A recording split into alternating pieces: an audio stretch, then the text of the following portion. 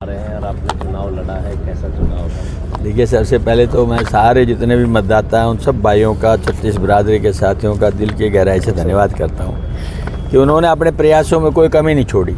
जीत हार राजनीति में चलती रहती है, मैं इस बात को ज़्यादा महसूस नहीं करता क्योंकि it's part of political life. और कांग्रेस बहुत अच्छे तरह से परफॉर्म किया है। कांग्रेस ने आज मात्र एक तरह से देखा जाए 20,000 वोट इधर से इधर आ जाते तो हम चुनाव जीत जाते।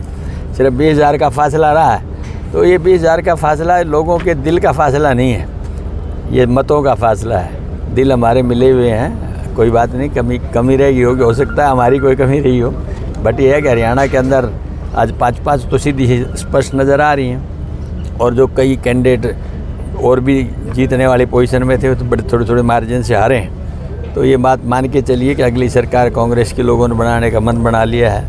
और देश के अंदर भी राहुल जी के नेतृत्व के अंदर जहाँ हमारी 54-52 सीटें थी वहाँ 100 सीटें हो गई हैं। और हमारा जो इंडिया गठबंधन है वो आज इस पोजीशन के अंदर है कि भाजपा की चूड़ें हिला रखी हैं।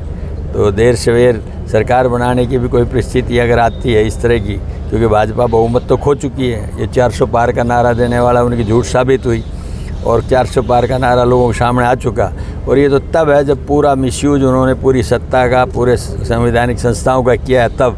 अगर ये ना होता और फेयर इलेक्शन से इस तरह से होता तो मैं समझता हूँ कि आज सरकार कांग्रेस की बनी हुई होती। क्षेत्र के लोगों को एक उम्मीद थी राव दान सिंह से, उस उम्मीद की नज़र से वो देख रहे थे, इतना जो प्यार मिला।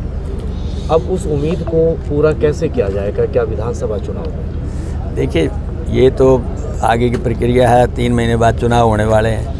मैं तो समझता हूँ जिन भाइयों को कोई हमारे में कोई कमी रहेगी तो मैं तो यही कहूँगा उसको भूल करके ना आने वाले समय को पहचान लें, ज़रूर पहचान लें, अपने पराये की ज़रूर पहचान कर लें। बाकी कुछ पहचान करें ना करें वो उनका अपनी राजनीतिक सोच के अलावा व्यक्तिगत सोच है, लेकिन इतना कहूँगा कि उनको सिर्फ अपने पराये की पहचान जरूर करनी चाहिए। मुझे ऐसे लोगों ने साथ दिया जो मैं सोचता नहीं था, और जिन लोगों ने जी जान से मदद की उन लोगों ने बहुत अच्छे चल कर की।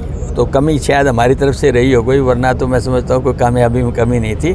जी तोड़ करके लोगों ने मदद की, ऐसी धूप में, गर्मी में, पसीने के अंदर भीगते हुए 4-4 घंटे लेट होकर के लोगों ने बड़ी मन से मदद की है। मैं उनका धन्यवाद करता हूँ और मैं ज़िंदगी में उनका एहसान सदा मेरे सर पे रहेगा। कभी वक्त आएगा तो मेरे से प्रयास जरूर रहेगा, शायद कर्ज तो नहीं उतार पाऊँ लेकिन ब्याज समेत उतारने का प्रयास जरूर पार्टी के अंदर भीतरघात की कहीं कोई सूचना? भीतरघात तो सारा बात भीतरघात ही था, लेकिन अब भीतरघात का तो चलो पार्टी देखेगी, लेकिन जिन्होंने भीतरघात किया है वो भी सोच लें, कोई दिक्कत नहीं है। तो चलता वो भगते को भान बराबर, आने वाला रास्ता है, उसमें क्या है, इसमें कोई बात नहीं। मैं इस बात को महसूस नहीं करता ज़्यादा।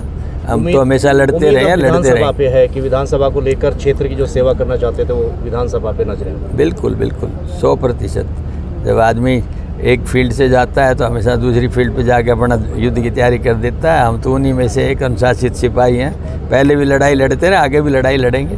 फिर भी एक बहुत भारी समर्थन मिला, धन्यवाद। नहीं, पूरा धन्यवाद, मेरे सभी भाइयों का धन्यवाद, छत्तीस बिरादरी का धन्यवाद। और मैं बता रहा हूँ आपको, उन्होंने जो इस गर्मी, इस परेशानी के अंदर जिस उत्साह से काम किया वो मेरी सोच से भी दूर था। मैं उनका फिर कोटि धन्यवाद करता हूँ और मेरे लायक कभी भी बात होगी तो मैं उनके लिए सदा खड़ा हूँ।